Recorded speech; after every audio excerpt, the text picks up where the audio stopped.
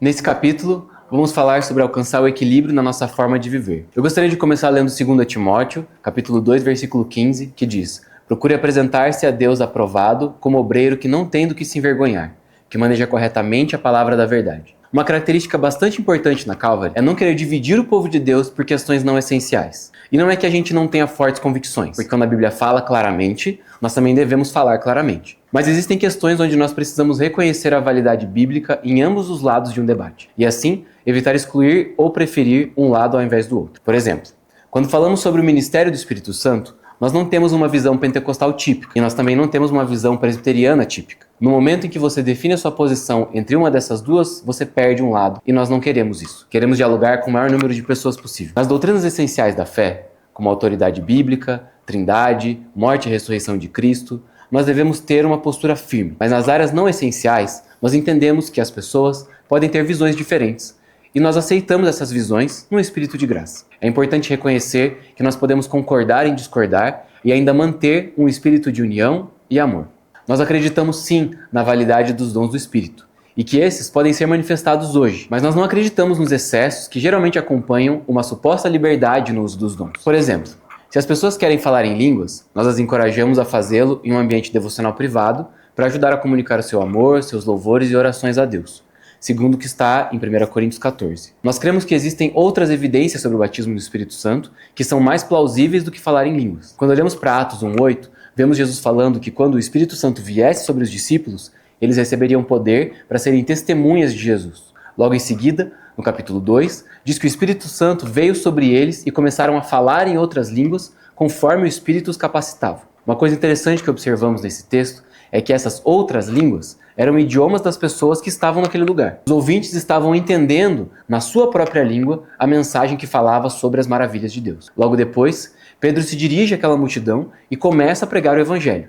Muitos aceitaram a mensagem e naquele dia, quase 3.000 pessoas foram batizadas. Muitos vão olhar para esse texto e dizer que falar em línguas é o sinal definitivo do batismo com o Espírito Santo, sem considerar o que o texto diz sobre aqueles irmãos terem falado um idioma já existente. Mas olhando para as palavras de Jesus e para o que aconteceu logo depois, a evidência do batismo foi poder testemunhar sobre Jesus. Nós cremos que quando o crente é empoderado pelo Espírito, é impelido a falar do Evangelho. E esse testemunho é o maior sinal do batismo com o Espírito Santo. Outro exemplo de manter o equilíbrio é quando falamos sobre salvação. Nós cremos na segurança da salvação.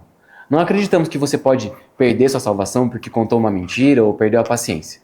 E, consequentemente, tem que ir no próximo culto de domingo e se arrepender para ser salvo novamente. Mas também cremos na perseverança dos santos. Nós não acreditamos que você vai perseverar porque você é santo. Nós acreditamos que você precisa perseverar porque você é santo. Como Jesus disse em João 8,31, se vocês permanecerem firmes na minha palavra, verdadeiramente serão meus discípulos. Da mesma forma, Jesus diz em João 15, versículos 6 e 7, que quem não permanecer nele será lançado fora. Aqui, o próprio Jesus traz a possibilidade de alguém permanecer nele ou não. Nós acreditamos que crer em Jesus tem relação com a responsabilidade humana. Quando olhamos para a história do povo de Israel, vemos Deus escolhendo um povo que precisa responder a essa escolha. Cremos que quando a Bíblia fala em João 3,16, porque Deus amou o mundo de tal maneira que deu o seu Filho unigênito, para que todo aquele que nele crê não pereça, mas tenha vida eterna, significa que o sacrifício de Cristo é para todos os que creem. Ou seja, qualquer pessoa que crer pode ser salva. Muitas vezes, o termo todo aquele parece mais uma questão de semântica do que uma doutrina que deve ser adotada a ponto de considerar que outros irmãos estejam em pecado porque creem diferente. Assim, nós cremos na soberania de Deus e na responsabilidade do homem. Perceba a importância do equilíbrio.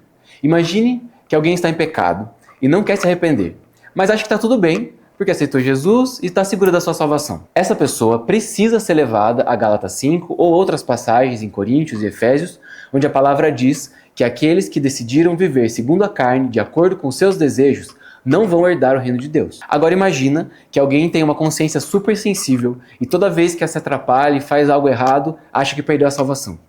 Nós vamos levá-la às Escrituras e dar a certeza do amor de Deus, de como Cristo está lhe sustentando e como ninguém pode tirá-la das mãos do Pai, como está escrito em João 10.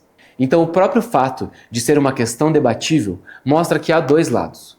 Isso é diferente de falar que Cristo não era homem, ou que ele não nasceu de uma virgem, ou que não morreu numa cruz. Quando questões fundamentais são questionadas, nós temos os próprios apóstolos se levantando para confrontar essas heresias. Mas eles não fazem isso como se estivessem defendendo um sistema teológico, e sim ensinando as verdades que envolvem tanto a soberania de Deus quanto a responsabilidade do homem. Pode ser extremamente frustrante quando a gente tenta esquematizar a salvação num sistema teológico que leva aos limites do nosso intelecto. A gente precisa reconhecer que Deus é maior do que aquilo que pode ser compreendido ou limitado pela nossa mente. Como está escrito em Isaías 55, versículos 8 e 9, pois os meus pensamentos não são os pensamentos de vocês, nem os seus caminhos são os meus caminhos, declara o Senhor.